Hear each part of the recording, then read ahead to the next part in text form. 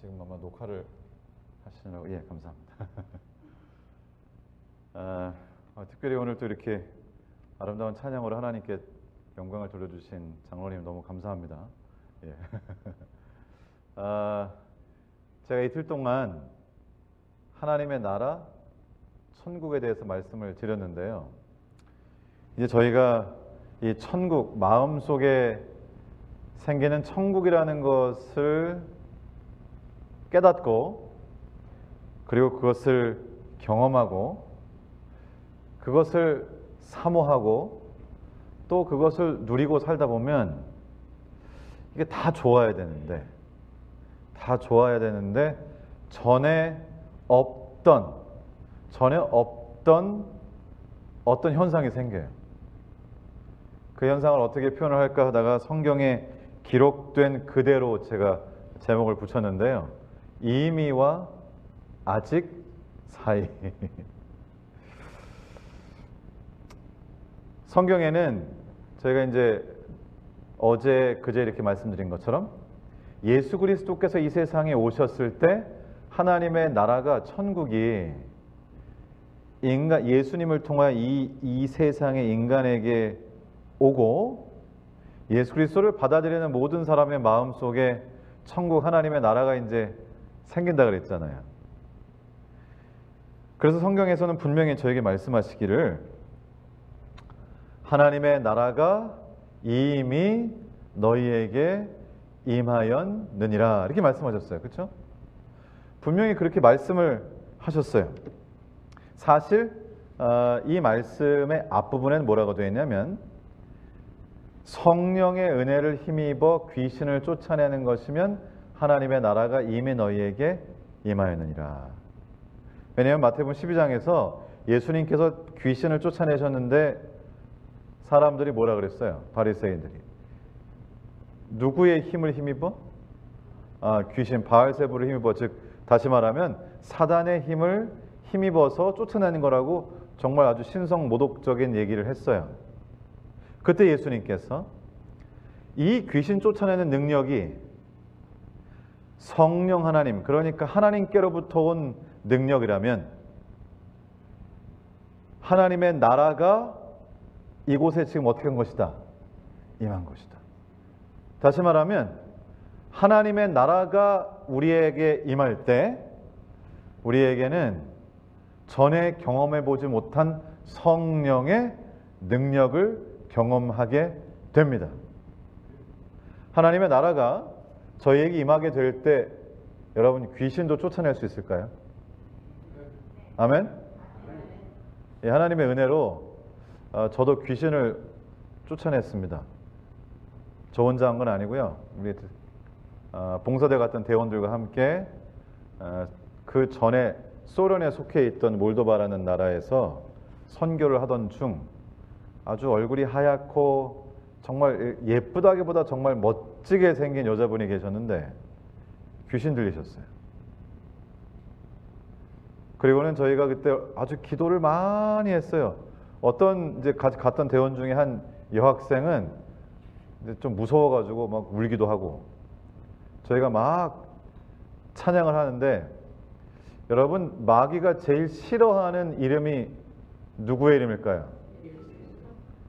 그리고 제가 그때 가서 한 가지 알게 된 것은 영어로 말하는 이 지저스보다 한국말로 말하는 예수가 더 힘이 있다, 이런 걸 알게 됐어요. 그때 미국에서 간 2세들도 있었고 유학생도 있었고 여러 부류의 사람들이 있었는데요. 그거 참 희한하더라고요. 그 귀신 들린 여자분은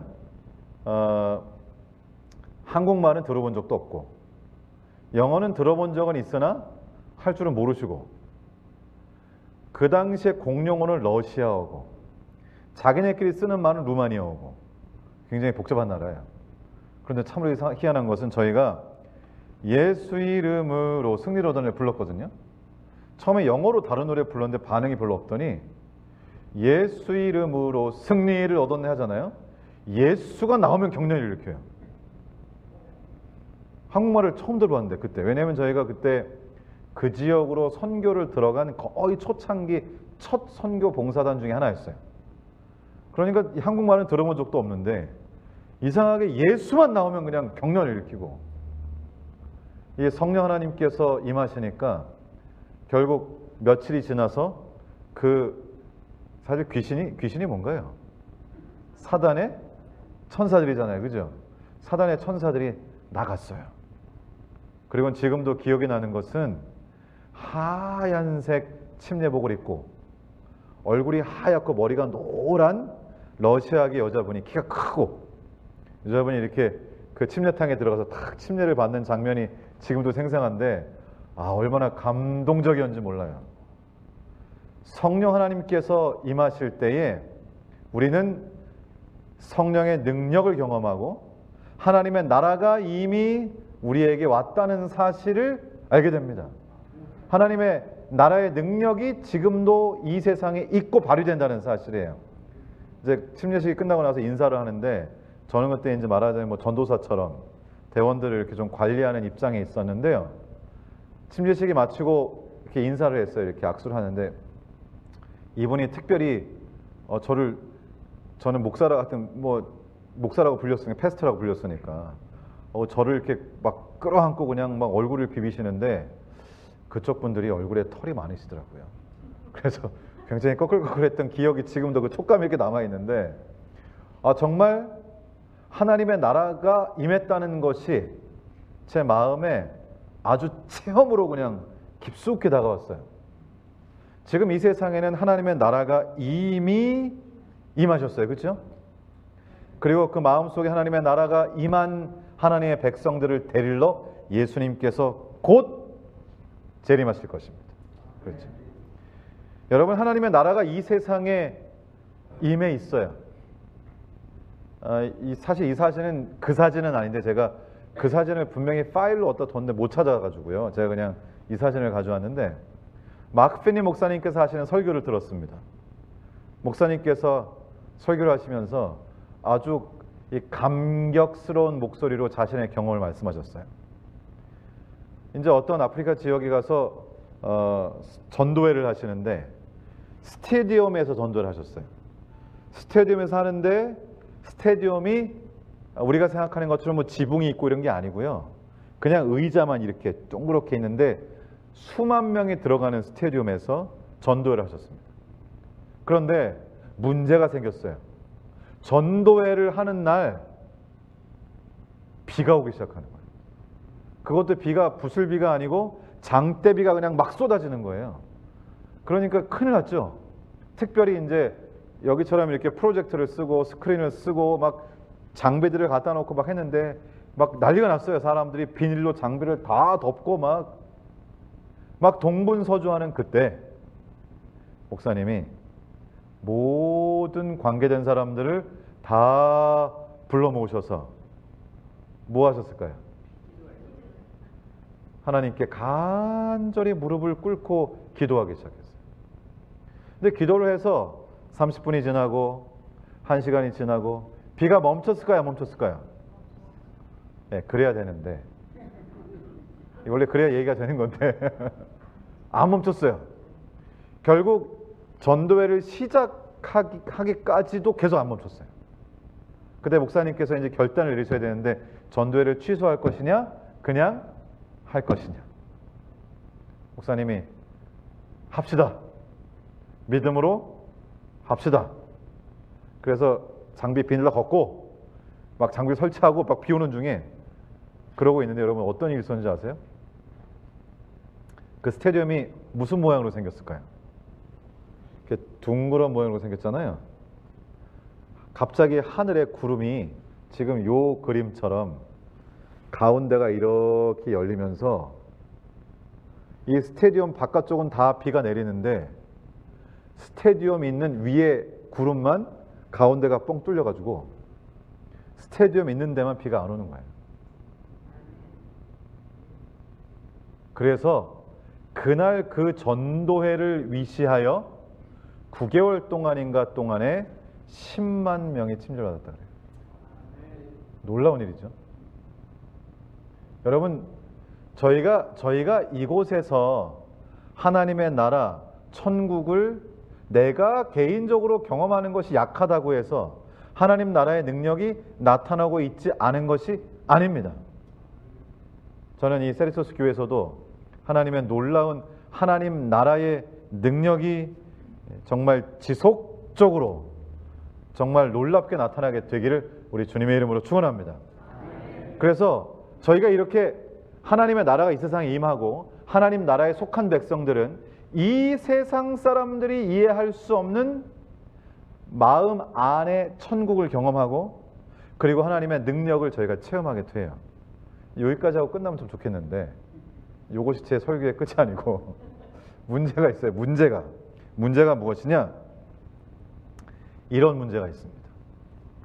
마태복음 24장 6절로 8절에 난리 소문을 듣겠으나 너희는 삼가 두려워하지 말라. 이런 일이 있어야 하되 아직 끝은 아니니라. 아니 이렇게 막 하나님의 능력이 나타나면 빨리 세상이 끝나고 예수님이 재림하셔야 되잖아요. 여러분이 예수님이 재림한다는 얘기를 언제 들으셨어요? 교회 들어올 때부터. 예. 근데 예수님 오셔요, 안 오셔요? 예, 그렇죠. 오시죠. 맞습니다. 오셔요. 그런데 예수님이 아직 안 오셨어요. 그런데 예수님께서 말씀하시기를 이렇게 민족이 민족을 나라가 나라를 대적해 일어나고 기근이 일어나고 지진이 일어날 건데 그런 일이 일어나면 바로 예수님이 오시는 게 아니고 뭐라 그랬어요? 재난의 시작이니라. 여러분 이런 재난들이 특별히 언제부터 특별히 많이 일어나기 시작했을까요?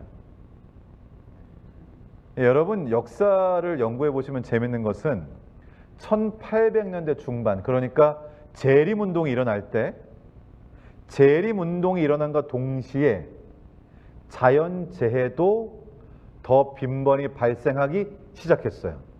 또 그 동일한 시기에 종의 기원이라는 책도 나왔어요. 진화론. 그 동일한 시기에 공산주의 사상이 퍼지기 시작했어요. 그래서 사실은 이것이 자세히 보면 사단과 그리스도 사이의 전쟁이에요. 싸움이에요. 그리고는 여기 말씀하신 것처럼 기근과 지진이 있으리니 그랬는데 정말 일어나기 시작하고 있는데 어떻게 일어나고 있느냐? 자, 제가 한번 도표를 하나 보여드릴게요. 자, 이것이 무슨 도표냐? 뭐라고 메뉴에 되어 있죠? Number of disasters. disaster이 뭐예요? 재난. 그래서 이 그래프는 재난이 얼마나 많이 일어나는가를 말해주는 그래프예요. 그런데 여기 보시면 그래프가 1960년대까지는 물론 1800년 중순부터 많이 일어났지만 특별히 1960년대부터 어떻게 돼요? 위로 올라가죠. 그래서 쭉 올라갔다가 다시 1980년대쯤에 쭉 올라갔다가 2000년쯤에 쭉 올라가는데 보시는 것처럼 20년에 한 번씩 가속도가 붙어요. 속도가 붙는 게 아니고 가속도가 붙어요. 그래서 제가 뭐 이 도표를 연구해가지고 언제쯤 가면 이제 이게 완전히 올라가가지고 끝나겠나를 연구해 보고 싶지만 제가 그렇게 안 하려고 합니다. 여기 보시면 지금 보시면 어떻게 되는 것 같아요? 이 그래프가 이렇게 올라가고 있죠, 그죠? 이 그래프대로라면 언젠가는 이 그래프가 자 45도 지금 45 뭐 예를 들어 15도 45도 그 다음에 지금 어디로 가까이 가고 있어요? 90도로 가까이 가고 있죠. 그러면 90도가 되면 어떻게 되는 거예요? 그러면 끝나는 거예요. 더 이상 증가할 데가 없어. 다시 말하면 모든 재난이 한꺼번에 일어나는데 마치 요한계시록에 나오는 7장처럼 예수 그리스도의 재림의 날이 있겠다고 말씀하신 재난들처럼 그 모든 것들이 한꺼번에 일어나는 날이 오겠구나. 그러니까 예수님께서 재림을 안 하시더라도 재난으로 세상이 끝날 수밖에 없어요. 우리가 기억할 것은 사실 예수님께서 재난을 가지고 오셔서 세상에 재난을 주시면서 재림하시는 게 아니고 재난이 일어나서 다 죽기 전에 하나님 백성은 데려가시는 거예요, 사실. 그래서 저희들은 지금 굉장히 특이한 시대에 살고 있어요. 하나님의 나라의 능력도 경험하고 이 세상이 끝나가는 그 참 고달픈 시대에 저희가 살고 있어요.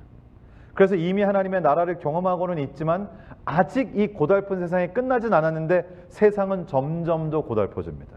여러분 사실 미국 생활이 예전하고 지금하고 언제가 더 좀 너그러웠던 것 같아요. 그렇죠? 예전에 살기가 좋았다는데 제가 왔더니 살기가 별로 안 좋아졌어요. 예전에 그렇게 살기가 좋았다는 얘기를 많이 들었어요. 살기 좋다는 말이 뭐냐면 굉장히 너그럽고 뭐 기름값도 싸고 뭐 이렇게 월급이 좀 작아도 그 돈 가지면 충분히 먹을 걸 많이 살 수 있고 분명히 과학이 발달하고 기술이 발달했다고 하는데 살기는 더 마음이 편해지고 평안해지고 편안해지는 게 아니고 시간이 갈수록 공항에 가서 비행기 한번 타기도 힘들고 허리띠도 풀어야 되고 신발도 벗어야 되고 점점 세상은 서로 의심해야 되고 그리고는 저희 아이가 그러죠. 아빠 예전에 안 그래도 요즘에 학교에 경찰들이 이렇게 많이 왔다 갔다 하고 그리고 이번에 저희가 그 캘리포니아 사이언스 센터라고 여기 있잖아요. LA에요. 거기 손님들을 데리고 갔었거든요. 전에는 앞에 경찰이 안 지켰었어요. 가보니까 경찰들이 지키고 있고 여러분이 세상이 점점 기술이 발달하는 것 같은데 살기가 좋아지는 건지 살기가 고달퍼지는 건지 그래서 그 다음 얘기를 하기 전에 그림 하나 보여드리고 다음 얘기를 진행하겠습니다. 이 사람의 이름은 브라이언 버그라고 하는 사람인데 17살이에요. 이 사진 찍을 때 여러분 여기 있는 요 사람 주변에 있는 것들이 뭘까요? 뭐 같으세요? 예? 예, 저게 뭐냐면 그 트럼프 카드 이게 카드 도래할 때 쓰는 카드 있죠? 그 카드예요. 그 카드 약 7만 8천 개로 지금 접착제를 하나도 쓰지 않은 거예요. 전부 이렇게 올려놓은 거예요. 올려놔서 세계에서 가장 높은 이걸 그냥 보통 영어로 있는 그대로 House of Cards라고 그러죠. 그런 용어가 있죠. House of Cards. 이게 가장 the tallest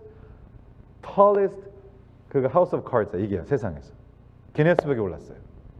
근데 여러분 지금 굉장히 멋져 보이는데요. 저 만들어진 건물들을 망가뜨리는 게 어려울까요? 쉬울까요? 어떻게 하면 될까요? 야, 아시네, 그죠? 한 장만 빼면 돼요, 그죠? 한 장만 탁 건드리면 어떻게 될까요? 다 마을을 무너져요. 그런데 지금 얼마 전에 이런 책이 나왔습니다. X 이벤트라는 책이 나왔는데 이 책을 쓴 사람은 존 캐스티라고 수학자예요. 이 사람이 쓴 이 책이 요즘에 좀 이제 꽤 뜨는 책이라 미국에서 쓴 다음에 한국말로도 번역이 됐어요. 근데 이분이 쓴 책의 내용이 뭐냐? 이 지구의 모든 시스템이 일순간에 망가질 수 있는 11가지 시나리오를 제시했어요. 무슨 말이냐? 여러분 최근에 한국에서 KT 그 통신 케이블이 화재로 이렇게 불이 나가지고 문제가 생겼죠. 통신 케이블 요만큼이 불에 타서 다 끊어졌을 때 어떤 일이 발생했을까요? 무슨 일이 발생했을까요? 그 근처에 있는 사람들은 아무것도 할 수가 없어요. 전화를 할 수 없고 인터넷을 할 수 없고 컴퓨터로 뭐 아무것도 쓸 수 없고 은행 거래를 할 수 없고 돈을 뽑을 수 없죠. 카드를 쓸 수 없고 아무런 활동을 할 수가 없어요. 여러분 지금 이 세상의 모든 것들이 모든 정보가 점점 인터넷 클라우드라는 곳에 다 올라가고 있어요. 인터넷에 정보가 다 저장이 되는 것이죠. 점점 AI라고 그러죠. Artificial Intelligence라고 그러죠. 이 인공지능이 모든 걸 다 이제 하는 시대가 된다고 자꾸 얘기해요. 그런데 문제가 뭐냐면 이분이 쓴 이 글에 따르면 소프트웨어하고 어플리케이션은 굉장히 많이 발달을 하는데 그 모든 걸 지탱하는 인터넷을 연결해주는 모든 커넥션들은 다 70년대 기술을 기반으로 하고 있어요. 그러니까 디지털적으로는 굉장히 발달했는데 그걸 지탱해주는 인터넷 연결망 자체는 통신망과 네트워크, 물리적인 네트워크 자체는 사실 생각보다 굉장히 열악하다는 것이죠. 그래서 이분의 얘기는 뭐냐? 복잡한 것과 복잡한 것이 결합됐을 때 위험하다는 거예요. 그게 무슨 말이냐? 내 분야는 내가 잘 알고 저쪽 분야는 저 사람이 잘 알아요. 두 분야를 합쳐서 무슨 일을 했어요. 근데 나는 저 사람이 하는 일을 몰라요. 저 사람도 내가 하는 일은 몰라요. 합치면 무슨 일을 할 수 있어요. 그런 복잡한 시스템들이 여러 개가 붙어서 또 큰 시스템을 만들어요. 그런데 서로는 어떻게 하는지 몰라요. 그리고 그 큰 시스템을 통합적으로 관리할 사람은 아무도 없어요. 그래서 지금의 사회를 이분이 표현하기를 아까 있었던 것처럼 카드로 만든 집이라고 표현했어요. 그래서 이분이 수학자거든요. 수학적인 계산에 따르면 그 중에 뭐 하나만 잘못되면 지금의 온 세상의 시스템은 무엇 하나만 잘못되면 연쇄적으로 모든 것이 망가지는 세상에 저희가 살고 있다는 것입니다. 그래서 이렇게 가든 저렇게 가든 세상을 끝날 수밖에 없는 세상으로 가고 있는데 그렇게 점점 망가져가는 세상과 기술이 발달했다고는 하지만 우리가 피부로 느끼는 것은 점점 망가져가는 세상과 또 주님을 통해 얻게 된 이 하나님의 나라 사이에 긴장감이 있어요, 저희가요. 그래서 어떨 때는 야, 이 하나님의 나라 천국을 마음으로 경험하고 살라 그러는데 눈 뜨고 생활을 해보려 그러면 또 복잡해요, 그렇죠? 이게 두 가지의 긴장감이 있어요. 그래서 사실 여러분이 생활하시면서 이러한 긴장감을 느끼고 계시다면 정상이에요. 여러분이 하나님의 나라 백성으로 천국에 살기를 원하고 내가 받은 바 이 정말 은혜와 감사와 평화와 기쁨 가운데 살려고 하는 의지가 있으면 있을수록 그런 경험이 한편에 있으면 있을수록 이 긴장감, 그 반대, 아직 오지 않은 예수님, 점점 세속화되는 세상과의 긴장감은 점점 더 커지는 것입니다. 그래서 제가 오늘 드리려는 말씀의 핵심은 이러한 긴장 속에 사는 우리가 어떻게 살 것인가. 왜냐하면 제가 어제하고 그제 여러분 하나님의 나라가 예수님께서 말씀하시기를 하나님의 나라는 너희 마음에 있느니라. 그래서 나는 마냥 하나님의 나라를 경험하고 마냥 천국같이 살아야 되는데 현실은 긴장감이 있어요.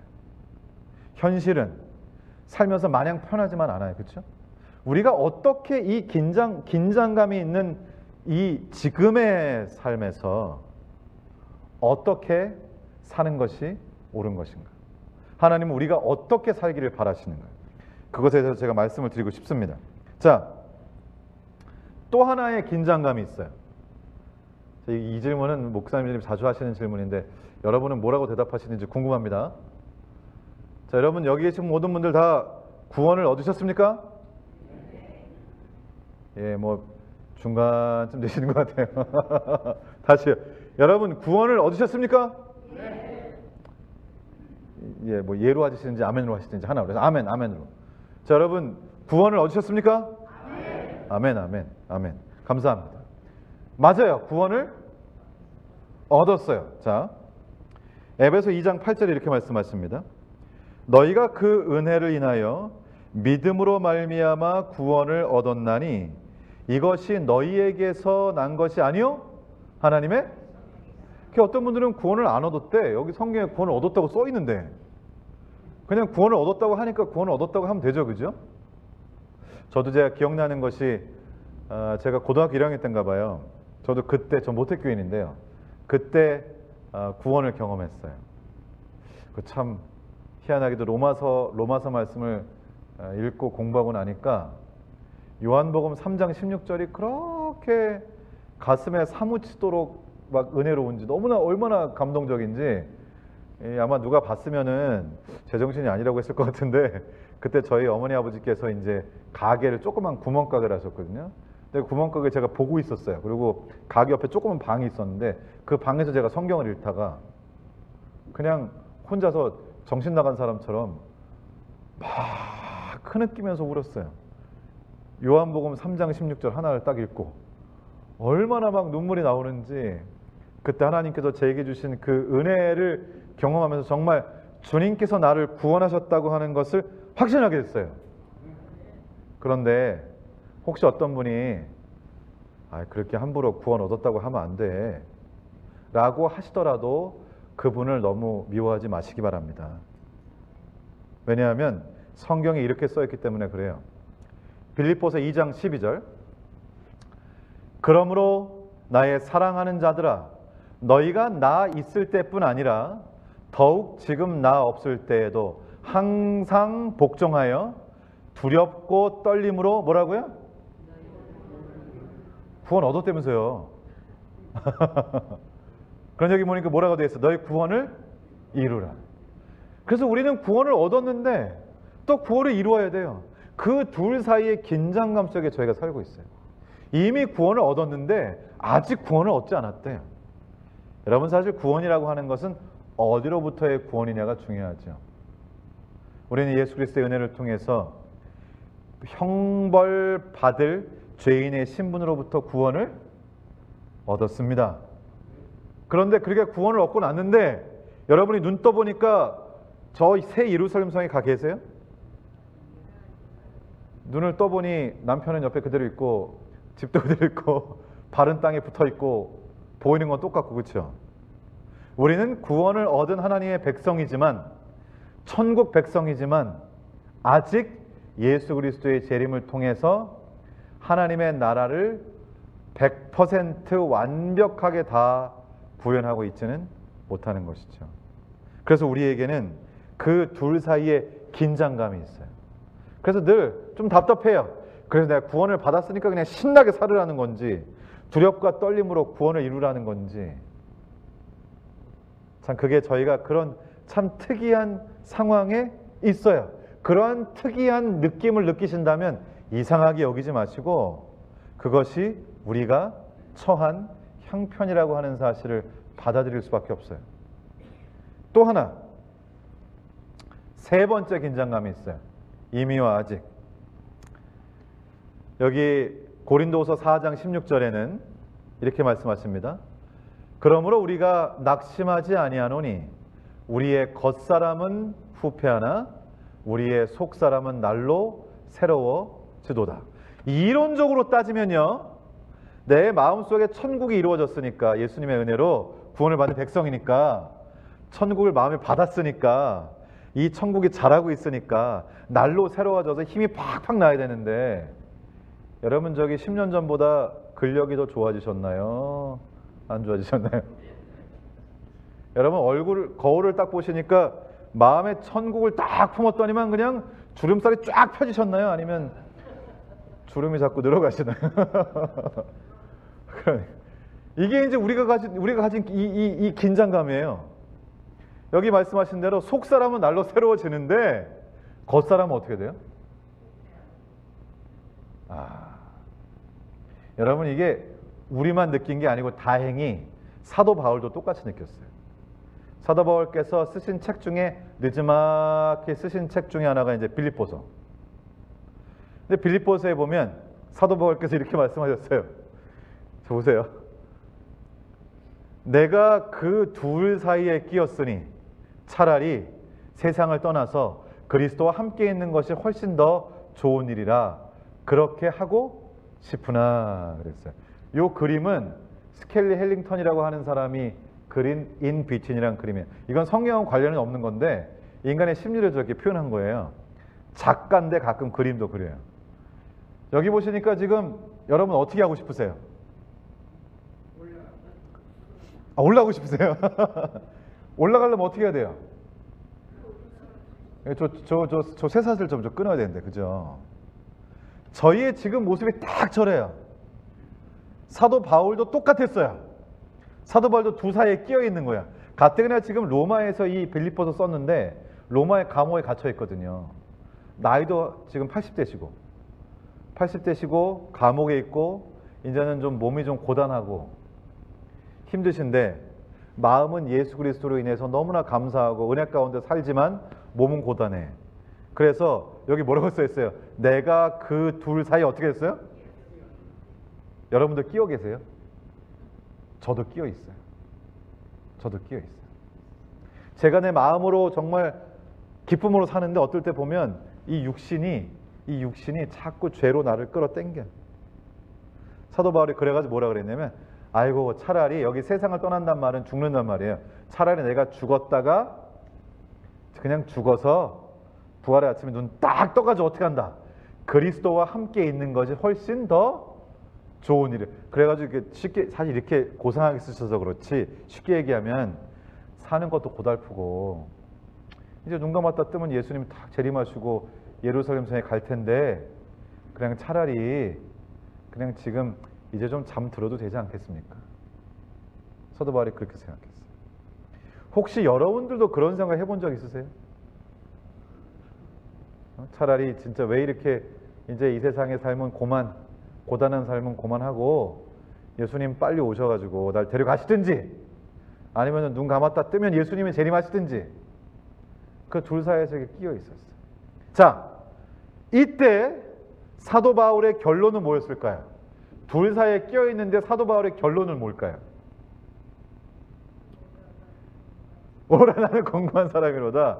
로마서 7장 25절. 그 말씀은 이 말씀보다 좀 전에 하신 말씀이에요. 다행히.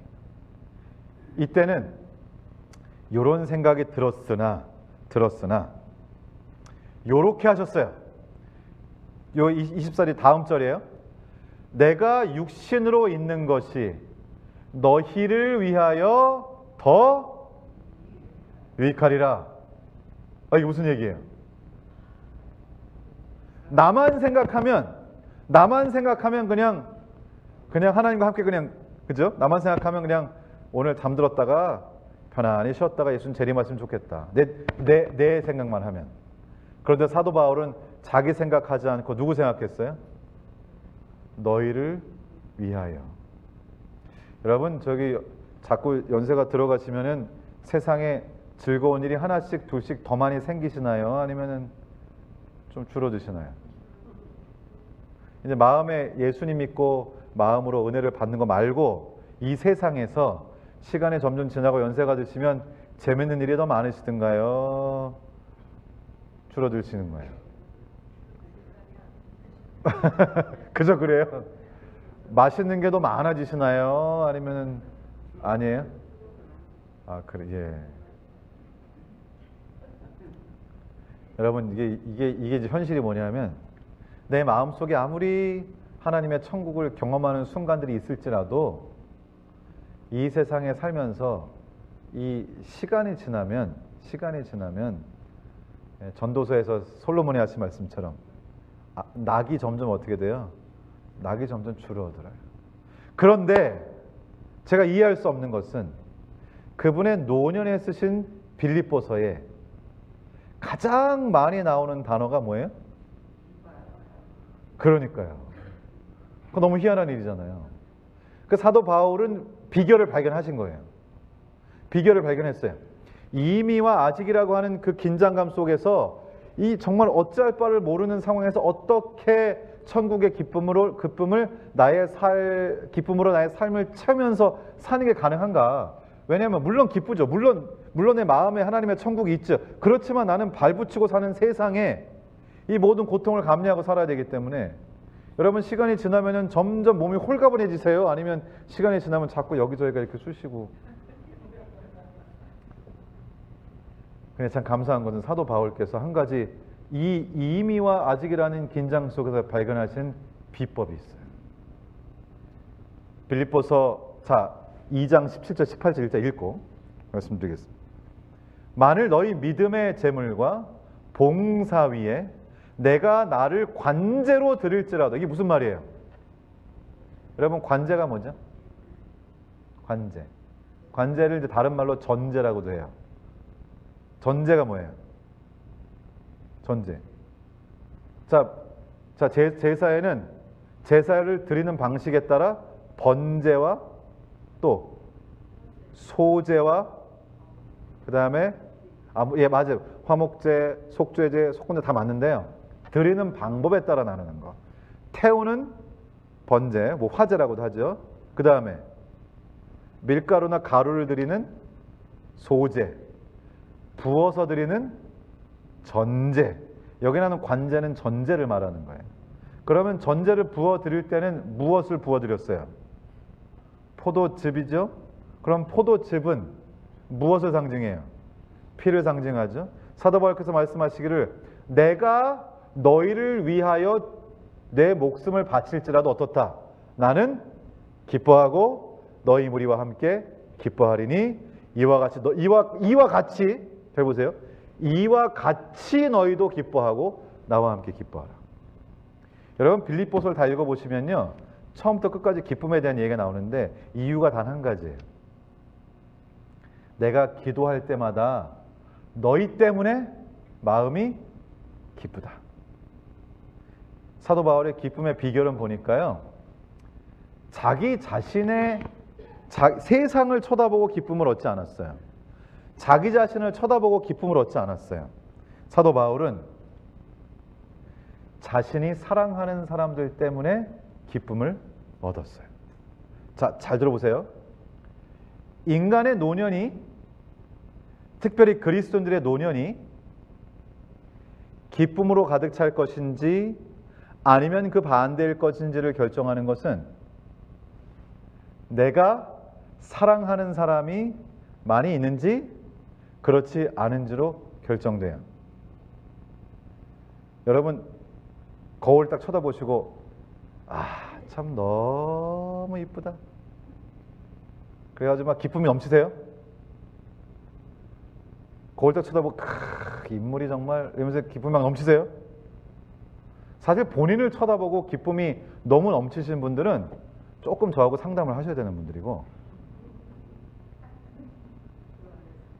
주안에서 기뻐하라. 그런데 변함없이 시간이 지날수록 우리에게 기쁨을 주는 것은 사도 바울에게 기쁨을 줬던 것은 자기가 쳐다보기만 해도 사랑스러운 사람들이었어요. 여러분은 쳐다보기만 해도 사랑스러운 사람이 많으세요? 안 많으세요? 쳐다보기만 해도 사랑스러운 사람이 많으신 분들 아멘 해주십시오. 한 분이라도 있으시면 아멘 해주십시오. 아니 저는 저희 아이들 보면 일단 저희 집사람을 보면 그렇게 사랑스럽고 또 저희 아이들을 보면 너무 사랑스럽고 그런데 뭐 자기 식구들을 보면 사랑스러운 거는 물론 당연하겠죠. 여러분 식구들하고 잘 지내셔야 돼요. 식구들 쳐다보기만 해도 마음에 기쁨이 있다면 여러분 축복받으신 것이고 그것이 하나님 나라에 사는 백성에게 하나님께서 계획하신 것입니다. 사도 바울은 말했어요. 내가 너네들 때문에 막 좋아 죽겠다 그랬어요. 저희 교회 제가 이제 이렇게 설교를 딱 할 때면 우리 국집사님 하시는 것처럼 뒤에서 이렇게 방송을 이제 금요일 날 저희 뭐 이제 요일마다 다른데 금요일 날 항상 하는 한 여집사님이 있어요. 젊은 여집사님이 있어요. 사실 굉장히 가정에 어려운 상황들을 겪으면서 정말 절망할 수밖에 없는 상황에 있는 분이었어요. 그런데 사실은 그분의 친구를 아는 분을 성경 공부를 제가 시키느라고 옆에 와서 같이 있었어요. 집사님이니까. 그런데 성경 공부를 하면서 본인이 은혜를 많이 받으셔가지고 이분이 이제 성장해가는 것을 옆에서 보는데 그냥 전 보기만 해도 기분이 좋아요. 뒤에서 제가 보니까 국집사님은 정말 참 성실하게 해주시는데 우리 그 여집사님도 금요일마다 하루도 빼놓지 않고 정확한 시간에 성실하게 정말 무슨 얘기 안 해도 그냥 너무너무 잘해주시는데 본래 그렇지 않았어요. 그런데 그 삶에서 아주 어려운 절망 가운데서 예수 그리스도를 통하여 소망을 발견하고 기쁨으로 살아가는 그 모습을 보는 것만으로도 막 마음에 기쁨이 막 넘쳐. 너무 이뻐. 또 제 동생네가 지금 와 있는데 제 동생도 그렇게 교회 가기 싫어하고 그러던 친구가 지금 그 고아들을 가르치고 고아들을 먹이고 고아들을 돌보고 하는 그런 것들을 생각하면서 제가 이제 가끔 제 동생이 뭐 이렇게 막 뭐 하는 걸 이렇게 보고 있으면 참 그렇게 이뻐요. 기뻐요. 참 사랑스러워요. 그래서 제가 보니까 이게 시간이 지나고 나이가 들어도 변하지 않는 기쁨이 있는데 그건 내가 쳐다보기만 해도 기쁜 사람들. 여러분, 중요한 건 이거예요. 내가 그 사람을 사랑하려고 사랑하는 게 아니라, 제가 어저께 이제 결론이 뭐였냐면 충분한 성령의 능력이 필요하다고 그랬죠. 기억나세요? 열처녀에 비해서 슬기로운 다녀처녀는 둘 다 기름이 있었는데 충분히 있었다고 그랬잖아요. 성령의 은혜를 충분히 저희가 경험하잖아요. 그러면 사람을 쳐다봤을 때 그 사람이 예뻐 보여요. 사랑스러워 보여요. 그러니까 성령의 은혜로 충만히 적게 되면 내 눈에 사랑스러워 보이는 사람이 자꾸 늘어나요. 그리고 그 사람의 하는 삶을 통해 나타나는 하나님의 역사가 너무나 아름다워요. 그것을 통해서 우리는 기쁨을 얻어요. 그런데 만약에 그리스도인으로서 삶에 기쁨이 부족하다면 그건 기쁨을 얻을 대상이 부족하다는 뜻이에요. 성령 하나님께서 우리에게 함께 하실 때 그러니까 내가 누구를 사랑하는 게 아니에요. 진정으로 사랑하는 것은 사랑스러워 보이는 것이에요. 제가 저희 집사람하고 연애할 때 제가 저희 집사람을 엄청 따라다녀가지고 이제 쫓아다녀가지고 아마 지금 같았으면은 스토커라고 신고를 당했을지도 몰라요. 제가 그 앞에 집 앞에까지 가가지고 막 새벽에 일찍 출근했는데 새벽마다 집 앞에 가가지고 기다리고 막. 근데 제가 그때 비로소 깨닫게 된 것은 성경에 사랑하라 그러는데 사랑을 하려고 해서 노력을 해가지고 하는 것이 사랑이 아니고 보니까 제가 저 집사람을 딱 봤는데 제가 이제 첫눈에 반했어요. 그래가지고 이렇게 흔히들 얘기하는 뭐가 이렇게 불꽃이 번쩍번쩍하고 그랬어요. 그래가지고 그냥 사랑스러워서 그 사람에게 잘해주고 싶은 거예요. 성령 하나님께서 우리에게 임하실 때 사람들이 사랑스러워 보여요. 혹시 여러분이 지금 여러분의 눈앞에 보이는 사람들이 별로 안 사랑스러워 보이시면 우리 성령 하나님의 은혜가 필요합니다. 성령 하나님의 은혜가 우리 마음 가운데 충만하잖아요. 그러면 사람이 사랑스러워 보이더라고요. 이건 제 삶을 통해서 말씀드리는 거예요. 제가 학교 다닐 때 어떤 여학생이 그렇게 꼴보기 싫은 거예요. 밥 먹는 것도 보기 싫고 걸어가는 것도 보기 싫고 심지어는 이렇게 움직이는 동작 자체가 다 보기가 싫어요. 왜 그런지 모르겠어요. 제가 그 학생이 전에 잘못하는 거 없어요. 근데 이상하게 보기가 싫어요. 근데 제가 목사 될 사람이 그러면 되겠어요? 정말 제가 주여 그러면서 제가 기도의 동산에 올라가가지고 일주일 동안 성령 하나님의 은혜를 간구하면서 일주일 동안 기도했어요. 일주일 후에 월요일 아침에 그 여학생을 만났어요. 하나님의 능력이 놀라우세요. 그 여학생을 확 바꾸셨어. 걸음걸이도 좋아지고 밥 먹을 때 흘리지도 않고 표정도 굉장히 좋아졌어요. 그래서 제가 친구한테 야 제가 굉장히 많이 좋아졌다 그지? 그랬더니 저를 이렇게 보더니 야 네가 이상하다 그러더라고요. 일주일 동안 하나님과 씨름을 했더니 그 사람이 천사같이 보여요. 이게 제가 알게 된 것은 그 사람이 이상한 사람이 아니고 제가 이상한 사람이에요. 제가 하나님과의 관계가 부족했어요. 제가 성령의 은혜를 충만히 받아 하나님의 천국을 누리지 못하고 있었던 거예요. 그런데 주님과 일주일 동안 가깝게 주님과 함께 했더니 그 사람의 모습이 완전히 달라 보이더라고요. 여러분, 저희가 이 긴장감이 있는, 그래서 천국이 뭔가 구현되는 듯 하다가도 그걸 끌어내리는 이 세상, 우리의 죄가 있을 때 어떻게 할 것인가? 하나님께서는 나나 세상에 집중하지 말고 어디에 집중하라? 내가 사랑해야 할 사람들에게 집중하라고요. 성령 하나님의 은혜를 충만히 받고 내 눈앞에 사람들이 사랑스러워 보이도록 기도해 주시기를 주님의 이름으로 축원합니다. 그래서 사랑스러워 보여서 사랑스러워 보이는 사람이 많으면 자, 어떤 사람의 삶이 있어요. 주변에 있는 사람들 다 어떻게 내 주변에 이렇게 못된 사람들만 모이나?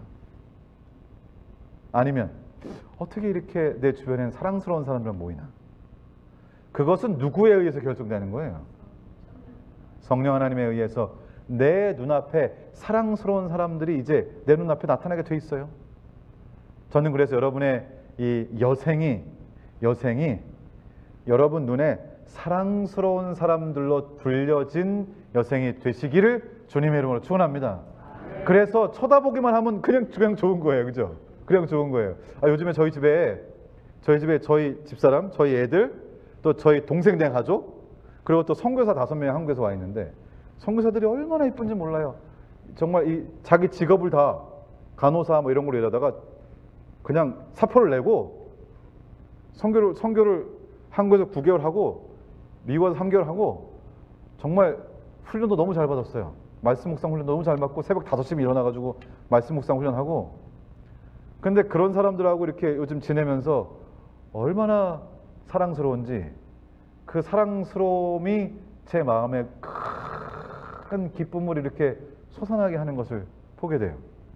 그래서 오늘도 제가 집에서 나오는데 제 동생 내가 월요일 나가거든요. 짐이 산더미예요. 그 짐을 어떻게 다 갖고 갈지 모르겠어요. 하여튼 그 짐을 막 싸면서 뭘 계산하고 이렇게 식구들의 딸이 둘이거든요. 딸 둘, 이제 엄마가 제 여동생이고 제 매제가 있고 이렇게 있는데 막 거기서 뭐를 하고 막 하는데 이제 돌아가서 또 수고하잖아요. 사실 다 고아들 정말 그 보통 일이 아니에요. 사실은. 왜냐하면 단기 선교는 1년씩 자주 오는데 거기에 계속 있는 사람들은 딱 이 가족밖에 없어요. 딴 사람들은 계속 1년 왔다 가고 1년 왔다 가고 6개월 있다 가고 계속 이래요. 그런데도 그곳에서 그것을 키워서 하는 그런 것들을 생각하고 이렇게 제가 나오면서 이렇게 슬그머니 이렇게 보다가 괜히 그냥 이렇게 입에서 웃음이 쫙 나면서 얼마나 마음이 감사한지. 참 우리 주변에 우리가 돌아보면 우리의 마음 가운데 기쁨과 감사가 넘칠 사람들이 너무 많아요. 그래서 저는요, 여기 계시는 분들이 정말 너무너무 사랑하고 막 얘기하고 싶고 그냥 보기만 하면 마음에 기분이 막 좋아지고 그런 분들이 많으셨으면 좋겠어요. 네? 그래서 여러분들의 사랑이 또 그 사람을 사랑하는 사람으로 만들고, 그래서 이 긴장감 많은 세상에 사랑과 기쁨이 여러분의 삶을 채우기를 우리 주님 예수님의 이름으로 축원합니다. 한 사람 얘기만 하고 마칠게요. 얼마 전에 저희 교회 어떤 청년 하나가 왔는데 갑자기 저기 우리 예배 드리는데 저쪽 구소에 가서 이렇게 웅크리고 앉아 있더라고요. 누군가 이렇게 자세히 봤더니 제가 그러니까 세미나리 공부할 때 대학생이었어요. 그냥 예배를 드려 왔는데 제가 이제 목소리 있었던 거예요. 이렇게 만났어요. 나중에 예배가 끝나고 한참 동안 얘기를 했는데 이 친구가 원래는 모태교인인데 교회를 떠나서 세상에서 한참 방황을 하다가 다시 늦지막히 40대가 돼가지고 노총각인데 아직. 그래가지고 교회 이제 비로소 하나님의 나라가 무엇인지를 경험했어요. 그리고는 다 버리고 다시 교회로 들어왔어요. 그리고 그 친구하고 이제 대화를 하고, 그리고 저랑 예전에 이제 학교 다닐 때 친분이 있으니까 그냥 시시때때로 전화를 해요. 목사님, 그런데 성경에 이렇게 했는데 이게 맞는 건가요? 제가 이렇게 생각하는 게 맞는 건가요? 그거 물어보고, 목사님 제가 오늘 어떤 사람을 만났는데 그 사람에게 이 복음을 전해야 되겠어요. 목사님 어떻게 하면 될까요? 막 그러는데 그냥 지금 막 이 열정이 넘쳐나가지고 그냥 사람들만 만나면 너무 사람들이 불쌍해 보이는 거예요. 그 사람들만 만나면 어떻게든지 이 복음을 전하려고. 그런데 그 전화를 하고 대화를 하고 그러는 모든 과정이 얼마나 감사하고 참 얼마나 기쁘고 얼마나 좋은지. 제가 보니까 우리가 누군가를 사랑하고 누군가 다른 사람들을 통해 이제 나에게 남은 것은 나한테서 볼 게 뭐 있냐. 나에게 남은 것은 내가 다른 사람들을 사랑하고 그 사람들을 통해서 기쁨을 얻겠다고 생각을 하시면 하나님께서 계속 그런 사람들을 자꾸 보내주세요. 자꾸 연결시켜 주시고요. 거기서 기쁨을 얻게 하세요. 그리고 거기서 얻는 기쁨은 세상에 주는 어떤 기쁨과도 비교할 수 없는 감동적인 기쁨이 있다고 하는 사실입니다.